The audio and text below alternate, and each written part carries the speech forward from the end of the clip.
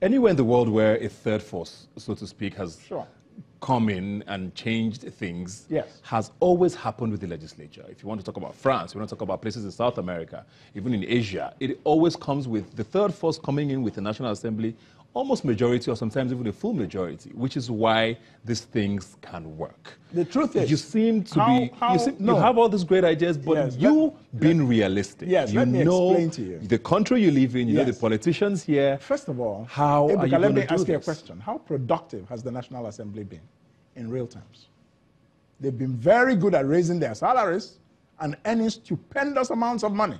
How productive are they as a working force? I want you to. So are you going to fire the National Assembly? No, you what are you can't. going to do I'm about trying it? to tell you that any president of this country who has a vision and wants, as I do, and wants to drive real change in Nigeria can achieve it by working with the National Assembly and other partners to make it happen. Because leadership is not always about working with those who agree with you. It's sometimes about working with those who don't agree with you. But you're able to bring them around with a superior argument and some incentives. So those are bridges we will cross when we get there. So, but I don't think, and I've given you the foundational reason why it will be possible to do it, because most Nigerians today want constitutional I know we live in a country where parties are not necessarily ideology-based. Precisely. You go into government, you open the door, people come in. Even you have insinuated now that you would open the door for a few people if you win. What does the YPP stand for? What do you stand for? Are you a leftist? Are you a progressive? What do you stand for? Good, very good. I like that question. It's called the Young Progressives Party. The YPP is a progressive party. That is to say, we want an egalitarian society. We have a progressive party in government now. Why are you not with them? Please, they're not progressive in any real sense. They are just as retroactive in their thinking. They're reactionary, quite frankly. So forget the name. We are talking about reality. So we want to place the citizen as the focus of governance in this country. So I would say we're centrist. We want a capitalist economy, but we want a capitalist economy that is pro-poor and does not leave the people behind. We don't want the kind of capitalism of the PDP where the rich are getting richer and the poor are getting poorer. We don't want to have the kind of whatever the APC stands for, where the poor are getting poorer and they just keep recycling poverty. Those two parties are not an option if you want this country to make progress. One of the biggest issues around now is, like you've mentioned now, poverty and a lack of jobs, which affects a lot of young people who are probably watching the show right now. Yeah. We hear promises every election about creating jobs.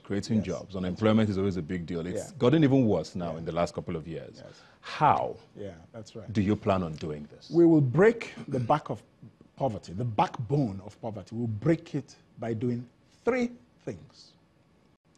Making sure that our young people have access to education and literacy. Making sure that our young people have skills. My government will establish a skills training center in each of the 774 local government areas of this country. And if you come out of secondary school or out of university, you must go and learn a practical skill, regardless of, at least you have the opportunity to do that, because that will make you more easily employable or better able to employ yourself. So, and then the third leg of breaking the backbone of poverty is access to capital, access to finance. That is what will encourage entrepreneurship. And that's why I have said that my government will set up a 1 trillion naira venture capital fund. How will this work? The problem with access to capital in Nigeria is that everything in Nigeria is based on credit. Credit is expensive because difficult to get. You may not have the collateral to get a bank loan, or if you get it, the interest rate will kill you at 25 or 30%. The venture capital fund is equity capital. It's not credit. They're not giving you a loan. They're investing in you to start a new business which they and you will own. When they recover their investment, they exit, the business is yours. So you started a new business without one kobo coming from your pocket, but you had a great business idea and you have some ability. And those new businesses will create millions of new jobs over 4 years. So do you see the plan? It is blindingly clear. You're making a lot of promises. It's not promises. To be honest, a lot of these things sound very familiar to a lot of Nigerians. Let me tell you why I take exception to your using that term. One, The incompetence of our politicians over the past 20 years has made us feel that we don't deserve good governance. It has made us feel that anybody who is capable must be from Mars. More like the fact that we've had promises over time. Let me explain. I mean, a lot of the promises you're making now, we heard them in 2015. No, nobody ever told you about a venture capital fund. Please, let's correct ourselves. Certain ideas have just not even been floated in the Nigerian political space before I came around. How would you rate? So, how would you? No, we have very little time. Okay, let me just land, and that is this: I am not making promises. I have a plan, and I have a plan to execute the plan. That plan to execute the plan is as follows.